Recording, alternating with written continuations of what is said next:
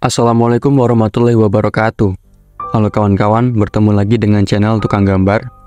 Channel yang akan membahas berbagai kisah, tragedi dan juga kasus yang pernah ramai diberitakan di Indonesia. Dan pada video Draw Story kali ini, Tukang Gambar akan menceritakan kisah dari Yuyun, seorang gadis muda yang cantik dan periang. Namun sayang hidupnya harus berakhir di tangan 14 pemuda mabuk.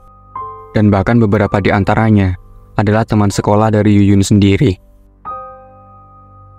Yuyun yang saat itu berusia 14 tahun adalah seorang anak yang dikenal sangat mandiri dan juga penurut kepada orang tuanya.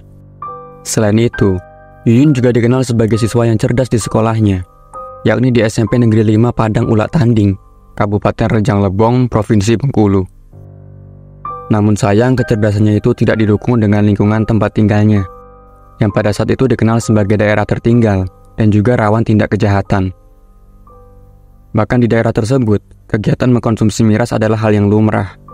Bukan hanya bagi orang dewasa, bahkan anak-anak usia sekolah pun sudah banyak yang ikut mengkonsumsi. Seperti yang terjadi pada 2 April 2016. Saat itu 14 pemuda sedang menggelar pesta tua, di mana 7 orang di antaranya masih di bawah umur, dan beberapa di antaranya adalah siswa SMP, yang tidak lain adalah kakak kelas Yuyun. Pesta tua tersebut dilakukan di sebuah pondok di perkebunan karet. Lokasi tersebut juga dikenal sebagai tempat yang memiliki koneksi internet cukup baik di daerah tersebut. Jadi tidak heran jika lokasi itu kerap menjadi tempat nongkrong para pemuda. Dalam keadaan mabuk, para pemuda itu keluar dari pondok dan duduk di pinggir jalan, sambil sesekali tertawa dan berteriak tidak jelas. Saat itu waktu sudah menunjukkan pukul 12:30 siang, dan saat itu pula lewat seorang gadis yang mengenakan seragam pramuka. Gadis itu tidak lain adalah Yuyun, yang saat itu baru saja pulang dari sekolah. Awalnya Yuyun juga merasa ragu untuk melewati rombongan pemuda tersebut, karena mereka yang sedang dalam pengaruh minuman keras.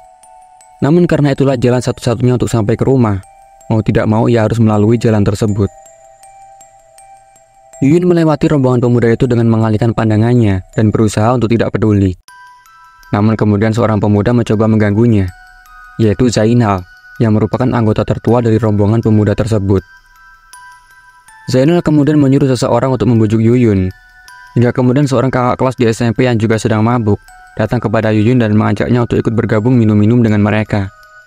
Hal tersebut tentu saja langsung ditolak oleh Yuyun, namun kemudian tangannya ditarik dengan paksa. Penolakan tersebut ternyata memancing pemuda lain untuk ikut menyeret Yuyun. Lalu tiba-tiba seorang pemuda membekap mulut Yuyun dari arah belakang, diikuti pemuda lain yang ikut menahan Yuyun yang terus memberontak. Dengan paksa para pemuda tersebut kemudian menyeret Yuyun ke perkebunan karet. Seragam yang dikenakan Yuyun kemudian ditarik hingga robek. Dan dari situlah kemudian aksi keji itu terjadi. Mereka melakukan aksi bejat tersebut secara bergiliran. Pada saat itu Yuyun masih terus memberontak, hingga para pemuda itu pun mengikatnya. Bahkan aksi tersebut mereka lakukan sambil terus mencekik leher Yuyun, hingga membuatnya kehabisan napas, dan akhirnya meninggal dunia. Namun bukannya berhenti saat melihat Yuyun yang sudah tidak bernafas. Para pemuda itu justru terus melakukan aksi kejinya. Bahkan beberapa, ada yang mengulang 2 hingga 3 kali. Usai puas dengan aksinya, 2 orang pemuda kemudian mengambil sebuah balok kayu dan memukulkannya ke kepala Yuyun, untuk memastikan bahwa Yuyun benar-benar tewas. Jasad Yuyun kemudian dibuang begitu saja di sebuah jurang. Setelahnya mereka pun pulang ke rumah masing-masing, dengan janji tidak akan memberitahukan kejadian tersebut kepada siapapun. Selang sehari kemudian, kedua orang tua Yuyun yang khawatir karena anaknya yang tidak pulang sejak kemarin akhirnya melakukan pencarian. Dan dibantu para warga, mereka melakukan pencarian hingga 2 hari. Sampai pada akhirnya jasad Yuyun ditemukan di sebuah jurang, yang tertutupi dedaunan dan juga semak-semak. Singkat cerita, kejadian tersebut pun kemudian dilaporkan ke polisi.